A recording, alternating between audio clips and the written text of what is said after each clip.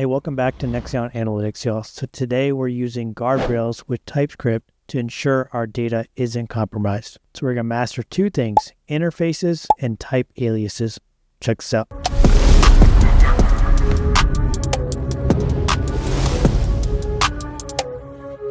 All right, so first for my setup, what I have is a practice TypeScript file. It's nothing related to React, because if you actually do relate it to React, then you have to run it properly and do all these things. So this is just a practice, has no connection to anything else. So the first thing I want to talk about today is how numbers can be treated as a text accidentally. So first what I'm going to do is just declare our variables. So we're going to do item price equals 100. Then we're going to do shipping equals 20. Now, off the bat, you can see that just like in Python, when it's a double quotation, it's treated as a text, right? But then you can see it's green for the integer value. Now, let's go ahead and declare another one. So total equals item price plus shipping. And then in order to actually see it, we have to run it on the console.log as well. And we're going to say total cost plus total. So there's concat it a little bit. And then we're going to go to save. We're going to make sure it's saved so that white dot is gone. We're going to go to the terminal now, and we're going to type in npx TypeScript-node and then where your file is. So source and then practice.ts. We're going to run that. And now we can see that it's 10,020. It doesn't make sense, right? Because one is a text and one is a number. But it's just coupling them together. So TypeScript, really JavaScript, doesn't know what to do with it, right? So we have to define exactly what they are so that it reads it properly and outputs it properly. So that's where interfaces come in. So we're going to scrap all this. We're going to say interface product, open up with a curly bracket. We're going to say name is a string, price is a number, in stock is going to be Boolean. And since we defined all this, we have to actually utilize it now somewhere. So we're going to say const my item.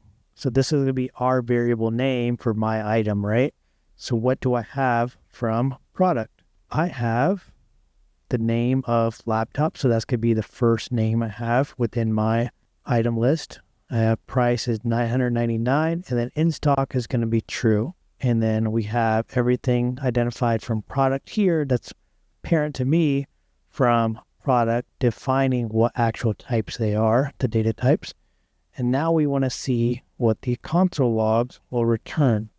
So console log will say your total is plus, that's just going to be a concat once again, right?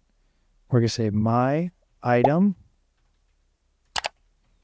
dot price plus 20 because we want to add something else. We want to close the double parentheses now that we opened. And now this could be our returning result that we want to run, which is going to be my item. So my item, which is my variable for my product. So price is $999. It should add 20 because price is actually defined as a number now. So let's go ahead and save it now. And now we have the actual result. Now, this is not like Python that much, right? Because Python can automatically read most things. But if you want to define things, you obviously can. Here, you're going to have to define it just so it calculates and reads properly. And your text aren't going to be concatenated with something else. So next is going to be aliases. So you can see I initiated it by type. And the status is just going to be the name of whatever we want to call it. Equals, and then we have our different types of statuses listed here. And then the user status for my user status is going to be active. Now it's obviously not assigned a value here, but we will here in a second. So this is what it looks like when it's actually deployed, right? So we have our type once again. So admin, editor, viewer. Those are your three different options, right? So these are drop-down options if you think of it that way, because now you're limiting exactly what can be utilized within an application. And then for user is going to be ID is number, username is going to be a string, then role is going to be the role. So it's defined here, one of these three. And then now we're defining the actual user attributes, right? So the ID is going to be 101. The username is going to be Nexion admin, and the role name is going to be admin, which is listed here. And then now if we do a console log user space plus their username, has role, and then user role as well. And then we can go ahead and save that real quick.